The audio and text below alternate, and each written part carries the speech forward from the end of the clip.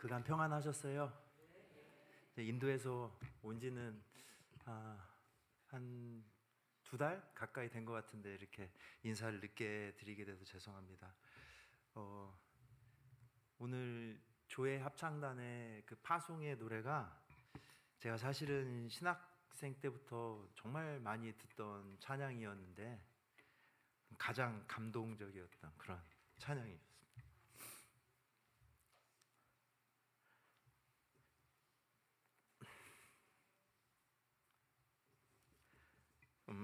그 조회 찬양단 찬양 들으면서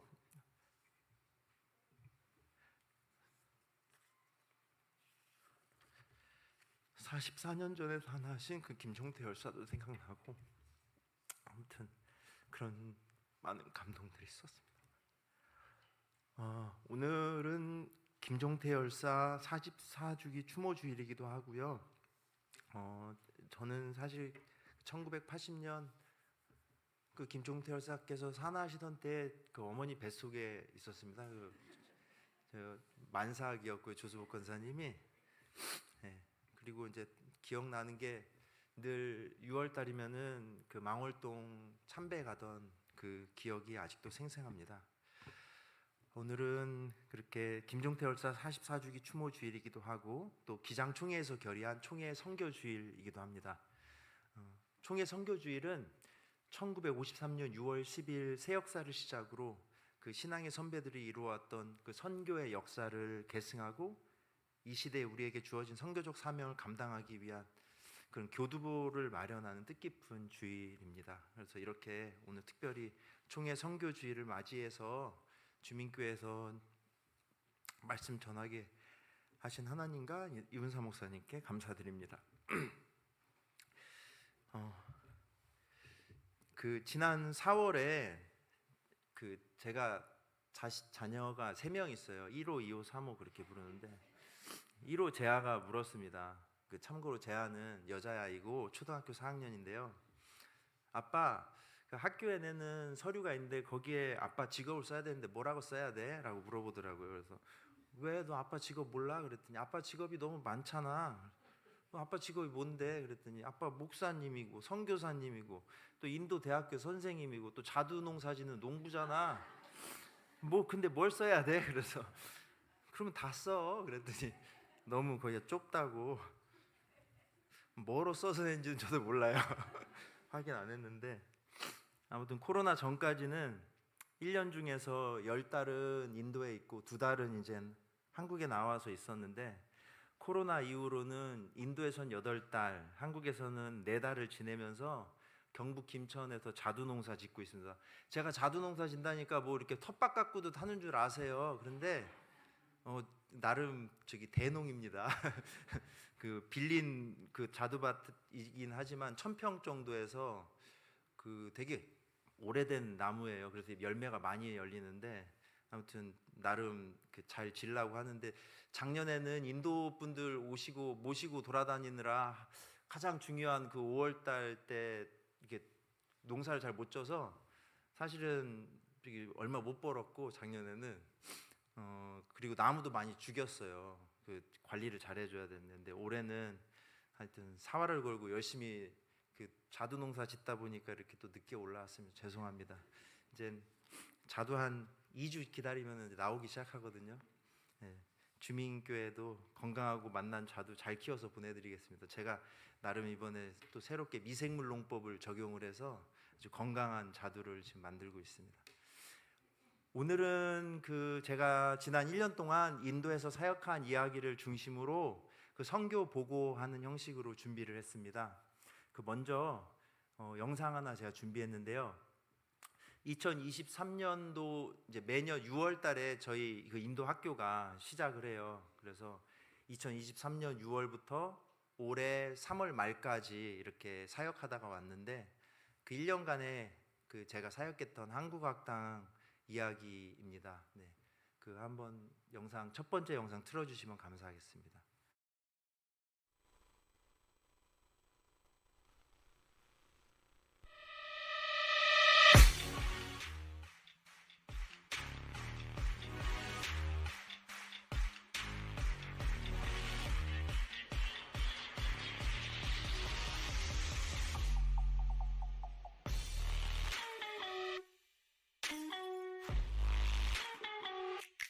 할게요. 이거는 그 작년 23년도에 한국의 날 행사했던 영상이고요. 그리고 우리는 한국어를 공부했습니다. 그래서 저희 한국학당 학생들 모습인데, 이 친구들은 이제 1년 과정으로 들어와서 저한테 배웁니다. 초급부터 고급 과정까지. 올해 지난 한 해 동안 제가 100명 정도 학생을 데리고 하여튼 월화수목금 하루에 6시간씩 이렇게 가르치고 있습니다. 굉장히 좀 이거는 뭐냐면은 첸나이 항에 대한민국 해군이 순항함이 이렇게 들어왔을 때 저희 학생들이 대표로 뽑혀서 첸나이 항구에서 이렇게 환영식 하는 사진입니다. 인도 뉴스에도 나고요. 그랬어요. 그리고 또 다양한 한국 그 콘서트 이런 게 첸나이에서 많이 있거든요.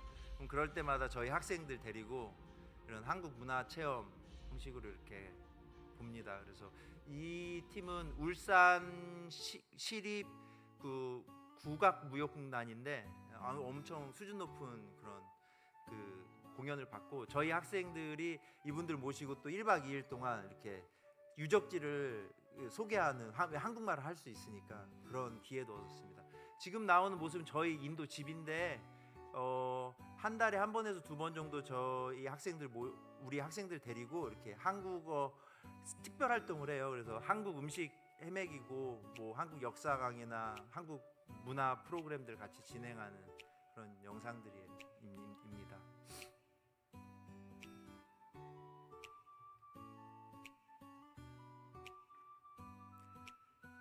그리고 한국과 관련된 여러 가지 또 그 대회도 열었습니다. 그래서 우리 한반도 평화 통일을 기원하는 글쓰기 대회도 열고요. 그리고 한반도 평화 통일을 기원하는 그런 그 그림 그리기 대회도 열어서 시상하고, 제가 이제 그 민주평화통일 자문회의 그 자문위원으로 활동한 지 지금 한 6년 차 되거든요. 그래서 같이 연결을 해서 그쪽에서 좀 그 지원을 받아서 이런 프로그램을 진행하고 있고, 이거는 작년에 그 5월 달에 한 달 동안 저희 학생들 한국 여행했던 그 사진들입니다. 수요 집회도 참석을 했고 국회도 가고요. 뭐 전북 도지사랑도 미팅도 하고 뭐 다양한 프로그램들 했습니다. 이건 주민 청년들이랑 같이 찍었던 사진이죠. 네. 한신대학교에서 특송하는 모습.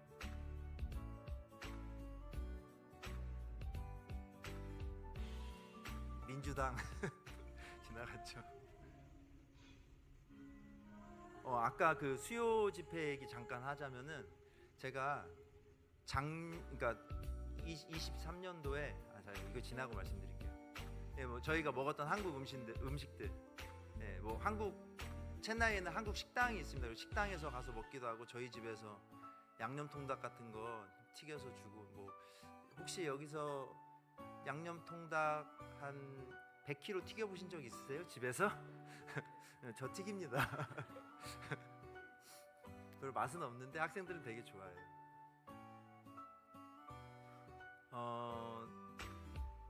지금 나오고 있는 영어가 뭐냐면은 우리 선생님 없이는 이 모든 것들이 불가능했을 거예요. 뭐 이런 얘기예요. 네. 감사합니다.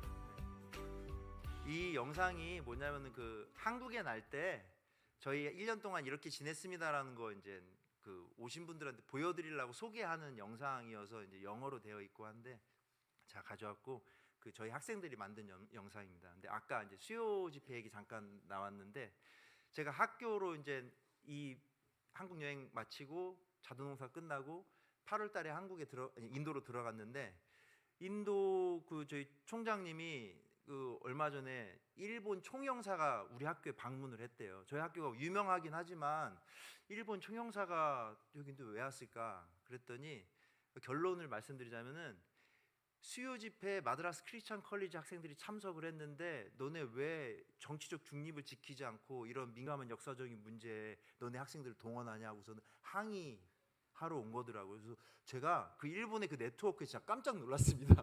우리 학생들이 수요 집회 참석한 것 가지고도 이 총영사가, 일본의 첸나이에 있는 총영사가 저희 학교를 직접 방문해서 항의 방문할 정도니까 우리나라도 좀 이런 적극적인 뭐가 있으면 좋겠는데 해외에 있다면은 깝깝한 때가 참 한두 번이 아닙니다. 아무튼 그렇고 그 다음으로는 이번에 올해 이제 한국의 날 행사를 했는데 저의 사역의 모든 프로그램의 초점이 한국의 날로 이렇게 집중되어 있어요. 그래서 1년 동안 학생들을 잘 훈련시켜서 이 학생들이 스스로 한국인이 되어서 한국 문화에 취해서 스스로 그 프로그램을 기획을 하고 공연을 기획하고 연습을 하고 합니다. 그래서 좀 자랑스러운 그런 순간들이 많은데 한번 보도록 하겠습니다. 네, 두 번째 영상 틀어주세요. 이번이 좀 가장 크게 했던 그 한국의 날이었습니다.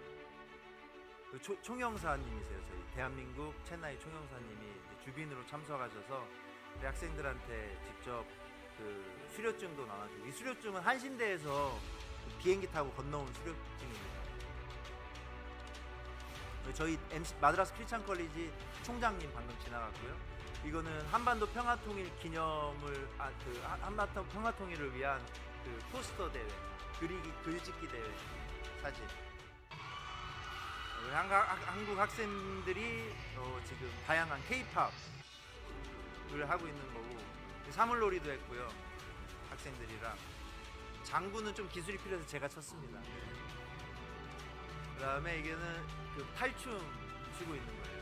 직접 이거 다 만들어서 우리 학생들이 만든 옷이에요. 그 탈춤복이라는 거.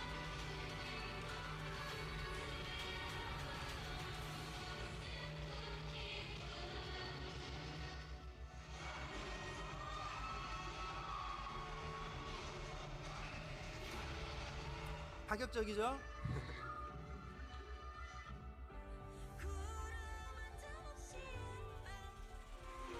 지금 이거는 춘향전 연극하는 거예요. 춘향전. 한복이 없어서 지금 저렇게 인도 비스무리하게 해서, 근데 한복 같죠? 견사도 지금 끌려가는 장면. 네.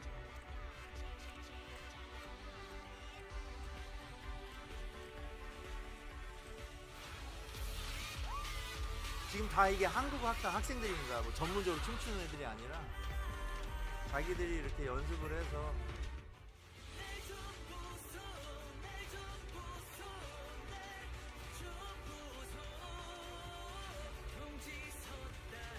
유명한 BTS의 아리랑이.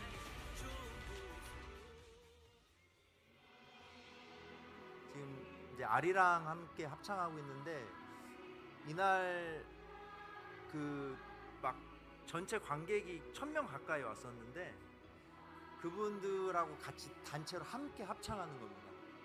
떼창 아리랑. 되게 멋있어서 한국 분들이 맨 앞에 계셨는데 그분들 막 뒤돌아서 다 영상 찍고.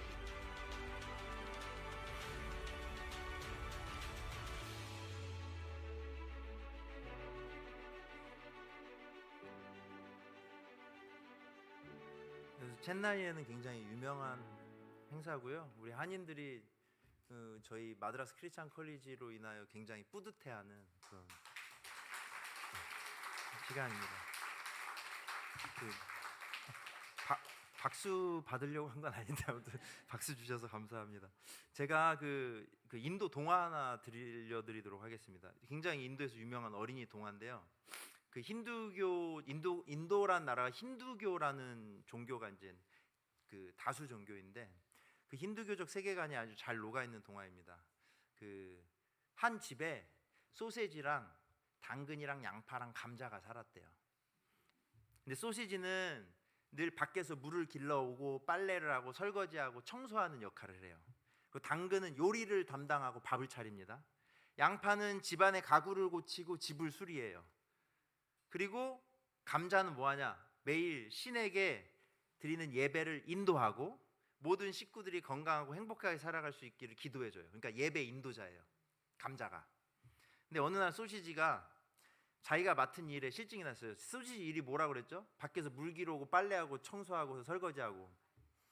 이게 실증이 나가지고 억지를 부리면서 자기도 감자처럼 예배를 인도하는 일을 하고 싶다고 억지를 부려요. 그래서 이런 소시지의 일탈로 인해서 집안의 모든 질서가 무너집니다. 그리고 맨날 설거지하고 빨래하던 소시지가 예배를 잘 인도할 리도 없잖아요. 그래서 결국에 이 이야기의 결말은 어떻게 되냐? 소시지가 자신의 잘못을 뉘우치고 각자 맡은 일을 성실히 해나가자라는 교훈으로 끝내는데요. 그냥 우리는 웃고 넘어갈 그런 재밌는 얘기 같은데 사실 되게 무서운 동화입니다, 이게. 왜냐하면은 인도 사람들에게는요, 자신에게 주어진 직업을 숙명처럼 여겨요. 어렸을 때부터 빨래하잖아요. 혹시 기안84의 인도 여행 보셨어요? 보면 막 빨래 열심히 하잖아요. 근데 거기에서 나오는 그 빨래꾼들은 대대로 빨래만 해온 집안입니다.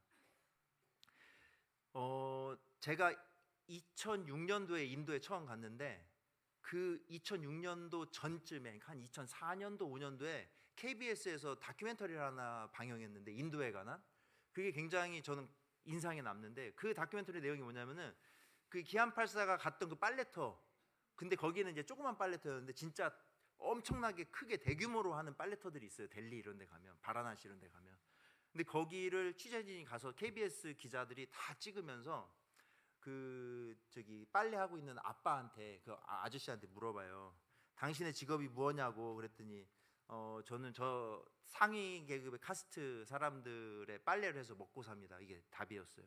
그래서 이 일이 어렵지 않으세요? 취재진이 다른 일을 해보는 건 어떠세요? 라고 물었더니 그 빨래하는 아저씨가 활짝 웃으면서 이것이 제가 마땅히 해야 되는 일입니다, 이렇게 대답을 해요. 근데 그 옆에 아버지 옆에서 막 놀고 있는 한 3-4살 먹은 아기가 있었는데 걔한테 취재진이 이렇게 마이크를 밀고 넌 꿈이 뭐야? 뭐가 되고 싶니? 의사가 되고 싶니? 그랬더니 아기 얼굴이 시무룩하고 그냥 눈만 검먹검먹해요. 그래서 그럼 군인이 되고 싶니? 영화배우가 되고 싶니? 그랬더니 다 반응을 안 해요. 그러다가 그럼 혹시 아빠처럼 빨래할 거니? 그랬더니 그때서 그 아이가 환하게 웃으면서 고개를 막 끄덕였어요. 이 장면을 안방 KBS 방영했으니까 안방에서 지켜보는 우리 한국 시청자들은 어마어마한 충격에 휩싸였고 저도 그때 충격이었습니다. 고도로 발달된 그 자본주의 문화 속에서 어린아이들까지도 사실은 자본의 노예, 권력과 명예의 노예가 되는 모습이 우리 현실이었잖아요. 근데 이 사람들은 힌두교의 이 인도 사람들은 얼마나 대단하냐, 거기에 물들지 않았구나 하고서는 인도를 동경하기 시작했고, 저것이 인도다, 인도의 정신세계가 바로 저것이다, 놀랍다 하면서 막 감탄했습니다. 왜냐하면 우리는 소비 문화와 물신 숭배에 찌들어져 있었는데 우리의 모습과는 너무 대조적으로 뭔가 인도의 무소유 정신, 그다음 자기 자신의 삶의 위치와 처지를 인정하고 묵묵히 살아가는 그런 인도 사람들의 그런 모습이 굉장히 감동이 됐던 거죠. 우리의 모습과는 대조적이니까. 그래서 막 이 다큐 방영 이후에 많은 한국 사람들이 인도를 막 찾아갑니다. 그래서 뭐 거기서 요가도 배우고 오고, 뭐 유명한 공동체들 가서 훈련도 하고 오고 그러는데, 그리고 수많은 사람들이 뭐 글도 써서 막 책으로 인도 이야기를 글로 써서 엄청 유명해지기도 했어요. 신비스럽고 환상적이고 오묘한 그 인도의 모습을 그려내려고 골몰을 했죠. 그래서 결론, 많은 한국 사람들은 인도를, 그리고 한국 사람뿐만 아니라 전 세계에 특히 자본주의권에 살고 있는 사람들한테는 인도가 인류의 지혜와 진리의 보고라는 정도의 칭송까지도 받습니다. 그런데 제가 이제 인도에 2006년에 갔으니까 지금 벌써 몇 년째예요. 거의 20년 가까이 되잖아요. 제가 인도에 와서 직접 보고 느낀 그 인도는요, 아름다운 인류 지혜의 보고와 성스럽고 신비스러운 땅이 아니라 인간을 철저하게 억압하고 탄압하며 차별을 일삼는 그 힌두 문화, 인도 문화의 땅으로 저는 보여지더라고요. 그렇게 읽혔습니다. 만약에 누군가가 여러분한테 평생 쓰레기더미나 뒤지는 삶을 살라고 했고 그것을 종교적, 문화적, 사회적, 정치적, 교육적, 신체적, 그리고 경제적으로 합리화를 시켰어요. 우리 중에 어느 누가 그런 삶을 마땅히 받아들이고 평생을 그렇게 쓰레기 뒤지면서 살겠다고, 또 자식에게까지 그 삶을 대물림하겠다고 하겠습니까? 우리들은 그런 가족 없잖아요. 그런 부모 없잖아요. 그런데 인도 사람들은 여전히 그런 의식 속에서 살아가는 분들이 많습니다. 그리고 또 제가 인도에서 경험하면서 느낀 것 중에 하나가, 인도 사람들 거짓말 진짜 잘해요. 대놓고 해요. 분명히 보이거든요. 뻔한 거짓말. 근데 아무렇지도 않게 거짓말하고 제가 너 거짓말했잖아 하고선 증거를 들이밀잖아요. 미안하다 소리를 또 안 해요. 인도 사람들이 가장 안 하는 말 중에 하나가 쏘리예요. 땡큐도 되게 안 해요. 고맙다 소리도 안 하고 미안하다 소리도 안 하고. 근데 저는 그래서 제 예 중에 하나인데, 제 학생들인데 막 엄청 껄렁껄렁한 그런 무리들이 있어요. 이 친구들을 어떻게 하면 인간화 시킬까 하면서 사랑으로 보듬어 안으려고 막 이렇게 하다가 이렇게 그 뭐 심부름도 보내고 그래요. 뭐 현수막 인쇄 좀 해와라 그러잖아요. 그러면은 제가 인도를 20년 살았는데 인도 물정을 다 알잖아요. 근데 대놓고 영수증을 지네가 만들어서 거짓말을 쳐요. 한 10,000원짜리 막 5만 원에 했다고 하고. 그러면 저는 씩 웃으면서 4만 원으로 뭐 했어? 그럼 깜짝 놀라죠. 그런데 미안하다 소리는 또 끝까지 안 합니다. 이뿐만 아니라 뭐 인도에서 그 기업하고 있는 한국 분들, 장사하고 계신 한국 분들이 이 인도 분들 때문에 정말 어려움이 많습니다. 왜냐하면 우리랑 이 도덕 개념이, 관념이 너무 달라요. 미안해하는 수치심도 별로 없고. 그래서 제가 어느 날 학생들한테 물었어요. 이런 얘기들 자기들도 너무 잘 압니다. 우리 인도 사람 거짓말 잘하고, 우리 인도 사람들 고맙다 소리도 잘 안 하고, 이런 거. 거지들이 많아요. 인도에 가면 이분들한테 이렇게 국어를 하면 주잖아요. 그러면은 감사하다 소리를 안 하고 오히려 되게 뿌듯해하세요. 왜냐하면 나로 인해서 너가 축복받을 거라고. 이런 모습. 그리고 인도 목사님들하고 인도 기차 여행을 하잖아요. 기차 타고 막 가면은 인도가요, 일회용품이 얼마나 일회용 진짜 쓰레기 천국입니다, 인도가. 근데 맛있게 일회용품으로 쌓여있는 막 이런 것들 막 먹어요. 먹고 기차 창밖으로 그냥 버려요. 그걸 인도 목사님이 그렇게 버려요. 그래서 목사님 이걸 버리면 어떡해요? 그랬더니 이게 인도 스타일이니까 너도 한번 버려보라고. 너 인도 사람이라며, 너 하프 인디언이라며, 그걸 버리라고. 그래서 제가 한번 버려봤어요. 그때 잘했다고 막 칭찬하고. 이상합니다. 왜 그럴까? 저는 처음에는 이게 개인의 도덕성 문제 정도로만 생각을 했는데, 학생들한테도 물었더니 그렇게 답해요. 교육을 잘 못 받았고, 뭐 그냥 개인의 도덕적인 문제로만 그렇게 이야기하는데, 사실은 인도 전 국민적으로 만연해 있어요, 이런 생각들이. 여러 가지 복합적인 이유가 있겠지만 저는 이것이 어느 순간 인도 사회 아픔으로 그렇게 읽혀지더라고요. 인도 사회처럼 사회 구성원들의 신분 이동이 정체되어 있는 것도 드물 겁니다.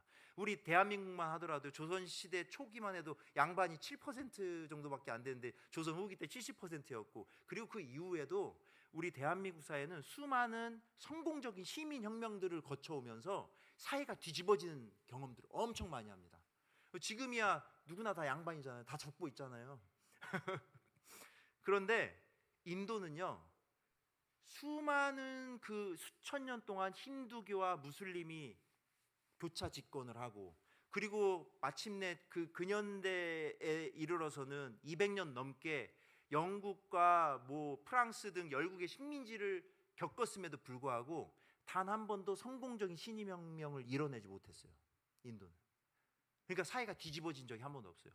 그때 그 역사의 고비고비마다 늘 그 시대에 원래 거기에서 먹고 살았던 그 지배층들은 자신의 그 기득권들을 절대 놓지 않고 아주 교묘하게 수많은 가면을 바꿔 써가면서 그렇게 유지되어 왔어요. 그래서 인도 사람들은 마치, 특히 하층 카스트로 갈수록 무슨 느낌이 드냐면은 저 사람들은 도덕적인 개념이나 관점이 굉장히 DNA 각인된 것 같아라는 생각이 드는데, 그게 이미 체화돼 버린 거예요. 부모, 할아버지, 할머니 그 이전 세대로부터. 그래서 이분들이 스스로 내가 잘못했어요, 이건 쏘리라고 하는 그 잘못을 인정하는 순간 예전에 이게 죽음으로 연결됐어요. 상층 카스트로부터 잘못했지? 그럼 죽어. 그리고 그러다 보니까 사실 이런 역사적 맥락이 있고, 감사하단 말도 인도 사회 자체가 그 업으로 모든 것들을 다 해석하니까 그냥 이 사람이 나에게 선의를 베푼 거는 감사한 게 아니라 당연한 거예요. 내가 당연히 받아야 되는 거예요. 근데 오늘 제가 말씀드리고 싶은 얘기의 핵심은 아까 그 소세지 동화 얘기예요. 우리는 소세지 동화 얘기 보면서 그래, 각자 맡은 일 열심히 하는 게 중요하지. 그런데 이게 바로 인도 사회를 지탱하고 있는 굉장히 무서운 힌두교적 지배 이데올로기의 표상입니다, 이게. 그러다 보니까 많은 사람들이 그 인도를 바라볼 때 좀 다르게 바라봐야 되지 않냐, 이렇게 바라보지 말고 저는 좀 공격적으로 바라보는 것 같은 느낌이 들잖아요. 그런데 한번 이 얘기를 한번 들어보세요. 인류는 지금까지 끊임없이 투쟁을 해왔습니다. 우리 인류사를 보면 하나님께서 태초부터 인간에게 선물한, 하지만 누군가에 의해서 뺏겨버린 그 인간다움, 하나님을 닮은 모습, 그 속성을 우린 가지고 있잖아요. 그것을 되찾고자 애써왔습니다. 그리고 역사는 앞으로도 그런 소외받고 억압당하는 자들의 자유와 해방의 사건으로 진행될 것입니다. 인류는 이러한 가치를 당연히 여기고 있기 때문입니다. 하지만 인도의 그 달릿, 세 번째 영상 한번 틀어주세요. 인도의 달릿이 뭐냐면 인도의 최하층민들이에요. 불가촉 천민이라고 불리는, 여러분들은 이제 아시잖아요. 제가 몇 번 말씀드려서 이 달릿이라고 하는 분들과, 그리고 사회의 그 지배층 외에 수많은 피지배층들은 인간이란 마땅히 가지고 있어야 할 자신의 존엄성과 모든 인간은 신 앞에 평등하다는 기초적인 가치조차도 모르세요. 또한 그런 생각조차 할 수 없게 길들여져 버린 존재들입니다. 철저한 숙명론과 인간의 존엄성을 종교와 문화 등 다방면으로 말살시키는 방법이 바로 인도 사회에서 제가 봤던 겁니다. 그게 바로 과연 인류의 지혜인가? 내가 나로서 얼마나 소중하고 귀한 존재인지 그것을 느끼지도 생각조차도 할 수 없게 만들어버리는 것이 진리인가? 이렇게 꽉 막혀버린 사회를 저들은 저런 삶을 당연시하고 오히려 그것을 올바른 가치라고 여기기에 우리의 눈에는 악으로 보이는 것들이 그들에게는 선일 수도 있다. 그들을 혼란에 빠뜨리지 말자. 그냥 있는 그대로 살게 두자. 이게 무슨 주의냐면 문화상대주의거든요. 이런 문화상대주의로만 치부해버릴 수 있는 차원의 것인가? 이런 고민들을 저는 많이 했었습니다. 내가 한 인간으로서 얼마나 소중하고 가치 있는 존재라는 것을 우리들은 수없이 각인시키면서도 한국 사람들이 인도 사람들 만날 때는 별로 그렇게 안 하시는 것 같아요. 아무튼 저런 삶이 마땅하다고 여기는 그런 인도 사람들에게 우리는 그들의 문화에, 그들의 삶에 간섭해서는 안 된다라는 그런 말에, 그런 문화 상대주의로만 이것을 그냥 넘어가기에는 저는 다른 생각이 많이 들었습니다. 그래서 이 달릿이라고 하는 존재, 인도의 민중들은요, 여러 상층 계급들에게 깨지고 그리고 떠밀려진 존재입니다. 그래서 쓰레기 더미를 뒤지고 가촉 분뇨 속에서 뒹구는 것은 그들이 좋아서 하는 것이 아니라 수천 년 동안 그 힌두이즘이라고 하는 그 지배 이데올로기에 억눌리고 착취당하고 세뇌당한 결과라고 저는 그렇게 보였습니다. 많은 이들이 힌두이즘을 관용과 포용의 종교라고 하거든요. 모든 걸 다 끌어안아요. 모든 종교적 요소를. 부처님도 자신들의 신으로 만들고 예수님도 13번째 인카네이션인가 이렇게 다 얘기하는데, 힌두교가 관용과 포용의 종교인 건 맞습니다. 그런데 자신들의 폭력성과 살인성을 감추고 희석시키기 위해 그런 관용과 포용의 탈을 쓸 수밖에 없었다, 저는 그렇게 보여져요. 힌두교의 깊은 철학까지 제가 뭐라고 하는 것이 아니라 지금 현재 보이고 있는 현상의 힌두교 종교를 얘기하는 겁니다. 그렇지 않고서는 결코 자신들의 밥그릇을 지킬 수 없기 때문입니다. 인간에게는 태초부터 자신을 사랑할 수 있는 그 인간다움이 있었습니다. 하지만 이 명석판명한 진리마저도 오랜 세월 동안 억압당하고 짓밟히면 잊혀지기 마련입니다. 저는 그걸 인도사에서 봤습니다. 이것이 폭력이 주는 달콤함입니다. 자꾸 지속적으로 대대로 폭력적으로 하다 보면 모든 싹이 끊어집니다. 우리나라가 지금 왜 이렇게 늘 사회 변혁을 위해서 몸부림칠까요? 그렇게 고착화돼 버릴까봐 그런 거잖아요. 화석화돼 버릴까봐. 거대한 폭력이 떡 버티고 서 있어서 조그마한 희망의 빛도 보이지 않을 때 인간은 포기하고 주저앉을 수밖에 없습니다. 아니, 신에게 의지하며 희망을 놓지 않을 수도 있지만 실은 그 신조차도 그 인도의 민중들 달릿들을 억압하고 억누릅니다. 왜냐하면 그 신조차도 힌두의 산물이기 때문입니다. 그들의 삶을 마땅히 여기고 오히려 행복한 듯 보이며 살아가는 것, 이것은 그만큼 힌두이즘의 폭력과 광기가 극에 치달았다는 증거입니다. 차라리 순응하고 사는 것이 속 편했을 것입니다. 사랑은 단순하지만 살인과 폭력은 교묘하고 교활합니다. 그래서 결론은 힌두이즘은 지금 현재 인도에서 보여진 힌두이즘은 소수의 인간이 군림하기 위한 폭력적 지배 이데올로기에 지나지 않는다. 자신들 밑에 있는 민중들을 무지하고 목매하게 하는 것이 이들의 목표입니다. 이것만이 그들에게 안락한 삶을 보장하기 때문입니다. 고타마 시타르타, 우리 불교의 창시자가 힌두이즘의 정면으로 도전을 했고요. 자이나교의 창시자인 마하비라가 힌두의 반기를 들고 자이나교를 만들었지만 결국 이들도 힌두이즘에 잠식당한 결과만 보더라도 이들의 관용과 폭력은 결국 껍질밖에 남지 않을 것입니다. 지금 인도 하면은 IT 강국 그리고 젊은 인도라고 얘기하거든요. 왜냐하면 인도가 그 세대별로 젊은이들이 굉장히 많아요. 그런데 여전히 배가 고픈 땅입니다. 여전히 굶어 죽어가고 있는 사람들이 많습니다. 200년 동안의 이야기가 아닙니다. 수천 년 동안 이들은 인간의 기본적인 욕구조차 무시되는 차별과 대우를 당연하게 받으며 살아왔고, 그게 제가 말씀드린 것처럼 DNA처럼 각인되어 있습니다. 인도란 사회가 사회 구성원들에게 당연히 보장해야 되는 그런 사회 안전망이 거의 없습니다. 그들은 개인적 도덕성의 결여로 그들이 싸구려 인생이고 나쁜 사람들인 것이라고 치부해 버린다면 아마 인도의 미래는 없고, 저는 거기서 바로 그리스도의 복음과 사랑이 굉장히 중요한 역할을 할 거라고 저는 믿었습니다. 그래서 제가 학생들한테 말하고 강조합니다. 야, 너희 사회가 이런 거는 개인의 도덕성의 문제로만 보면은 답이 없다. 이거 사회 시스템의 문제다.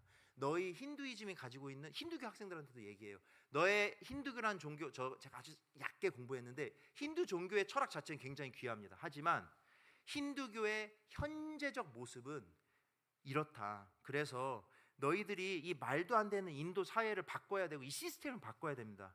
바꿔야 된다라고 얘기합니다. 그래서 너희들 중에 정치 지도자도 나와야 되고 훌륭한 기업가도 나와야 되고 그리고 훌륭한 교수님도, 이런 거를 가르칠 수 있는 교수 제발 그렇게 하면은 학생들이 실은 처음에는요 한국어 학당 오는 이유가요, 한국어 배워가지고 BTS 노래 좀 제대로 좀 해석 좀 하고 그러려고 왔다가 애들이 학생들이 변하는 걸 봐요. 그러면서 마침내는 1년 정도 지나면은 이 학생들이 이렇게 멋진 프로그램도 만들어내고, 그 중에서 또 그 떡잎이 좋은 친구들은 골라서 또 이렇게 한국에 여행도 데려오고 하면은 정말 많이 배우고요. 이 친구들이 분명히 인도사회 20년 30년 뒤에 멋지게 바꿔내리라고 저는 믿고 있습니다. 그 기생충 영화 다들 보셨죠? 뭐 한참 전 영화인데 이 아카데미상 4개 부분 뭐 휩쓸었다, 뭐 아시아에서 최초로 이런 상 받았다고 야단들인데, 저는 그 이 영화를 보면서 무슨 생각을 했냐면은 실은 이 기생충이란 영화가 말하고자 하는, 제가 읽었던 핵심은 양극화로 인해서 생겨난 그 굶주린 사람들의 아픈 이야기로 보여졌거든요. 그러니까 양극화의 모순을 그대로 방치해 둔다면은 결국에는 가진 자나 갖지 못한 자나 같이 파멸해 버릴 것이다. 그래서 그 지금 돈 가지고 있고 뭔가 그 잘난 능력 가지고 남보다 더 가지려고 하지 말고 지금 가진 것을 함께 나누자라는 외침으로 저는 읽혔습니다. 뭐 기생충 영화 보고서는 뭐 기념관 만들어주고 상을 또 주고 막 이렇게 떠들 게 아니라 집도 절도 없이 아파하는 이들을 위해서, 그리고 단 돈 몇 푼이 없어서 지금 목숨을 끊고 있는 그 대한민국 많은 분들 계시거든요. 뭐 홍길동 은행이라고 하는, 그 넘어가고, 정말로 많은 분들이 실은 많이 아파하고 있습니다. 힘들어하고 있습니다. 근데 그런 사람들을 위해서 내가 가진 것을 나누어야 한다고 마음 먹은 사람들이 아마도 저는 그 기생충이라는 영화를 제대로 감상한 사람이라고 생각이 드는데, 오늘 저희가 말씀을 보면은요 마가복음 8장 4절에 이제 공동 번역에는 이렇게 나와 있습니다. 여기는 외딴 곳인데 이 많은 사람들을 배불리 먹을 빵을 어디서 구해오겠습니까? 저희가 읽은 성서에는 이제 광야라고 나오거든요. 외딴 광야라고 나오는데 그 앞전에는 또 오병이어의 기적 5천 명 먹이신 이야기가 나오고 그 이후에 이 4천 명 먹이신 이야기가 또 나옵니다. 그런데 사실은 여기는 외딴 곳인데 이 많은 사람들을 배불리 먹일 빵을 어디서 구해오겠습니까? 이게 바로 우리들의 시각입니다. 이거 어디서 구해요? 이 4천 명, 어른만 세서 4천 명인데 어린아이까지 포함하면 몇만 명인데 이거 어떻게 다 먹입니까?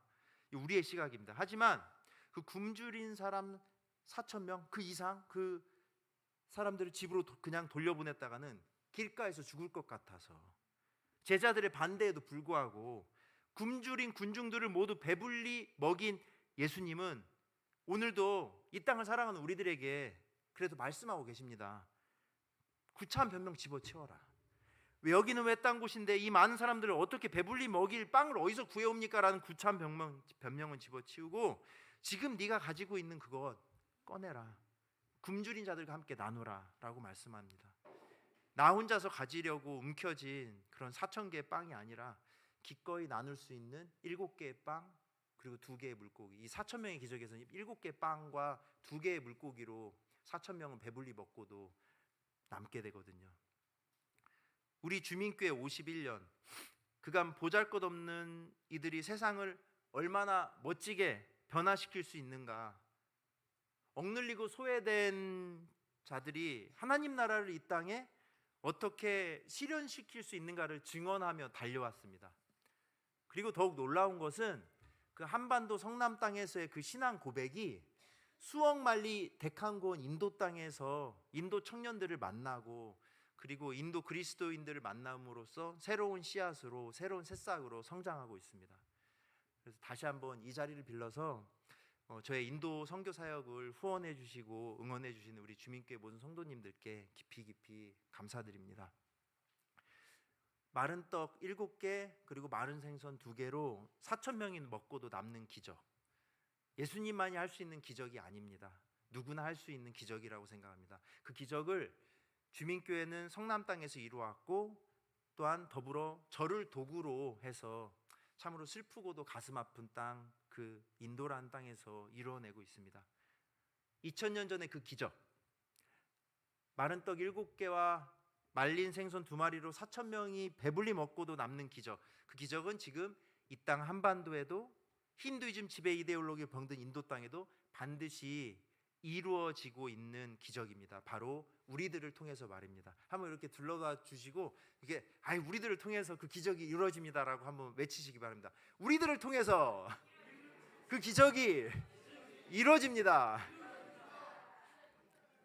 함께 사는 세상 그 기적을 위해서 들숨 날숨 한숨 한숨 기적처럼 살아가시는 우리 주민교회 모든 성도님들 하나님께서 주신 그 사명 신명나게 살아내시길 그리스도의 이름으로 축원합니다. 기도하겠습니다. 하나님, 이 작은 종 두렵고 척박한 인도 땅에서 당신의 사랑 들고 서 있습니다. 홀로 서 있는 것 같지만 주민 공동체라는 든든한 신앙의 동지들과 함께 사역하게 하심에 감사드립니다. 하나님, 이 작지만 귀한 신앙 공동체 주민교회 한반도의 아픔 들쳐업고 51년을 달려왔습니다. 세상 속에서 우리의 힘은 너무 작아 보잘것없고 우리의 믿음 또한 너무 연약하지만 그 누구보다 그 어떤 공동체보다 뜨겁게 당신의 마음을 품고 싶습니다. 그 사랑을 품고 싶습니다. 그래서 그 믿음, 그 사랑 통해서 2000년 전 갈릴리 땅의 그 기적이 지금 이 땅에 이루어지도록 주님 함께하여 주시옵소서. 감사드리며 예수님의 이름으로 기도드립니다. 아멘.